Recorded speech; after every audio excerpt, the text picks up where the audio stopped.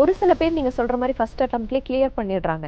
ஒரு சில பேர் வந்து ப்ரீலிம்ஸ்லயே வந்து அடுத்ததுக்கு நம்ம ஸ்டெப்புக்கு போம்போது, ஒரு 0.5 இல்ல வந்து ரொம்ப குறைவான மதிப்பெண்கள்னால ஒரு சின்ன டிஃபரன்ஸ்னால அத வந்து இழந்துடுறாங்களே சார். எஸ். அவங்களுக்கு நீங்க என்ன சொல்வீங்க? ஆக்சுவலாக முதல்ல வந்து நமக்கு இந்த 5 ஸ்டேஜ் ரொம்ப முக்கியம்.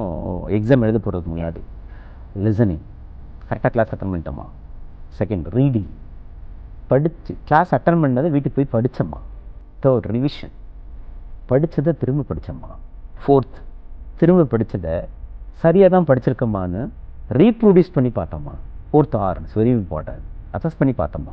அஞ்சாவது டெஸ்ட் எழுதி பார்த்ததுக்கப்புறம் எந்த தப்பு நடந்ததோ அது சரி பண்ணோமா. நம்ம இந்த அதாவது ரெக்டிஃபிகேஷன், லிசனிங், ரீடிங், ரிவிஷன், தென் வந்து ரீப்ரொடியூஸ் பண்ணுறது, தென் ரெக்டிஃபிகேஷன். இந்த 5 ஸ்டேஜை பண்ணியிருக்கோமான்னு பார்த்துட்டு தான் எக்ஸாமே போகணும்.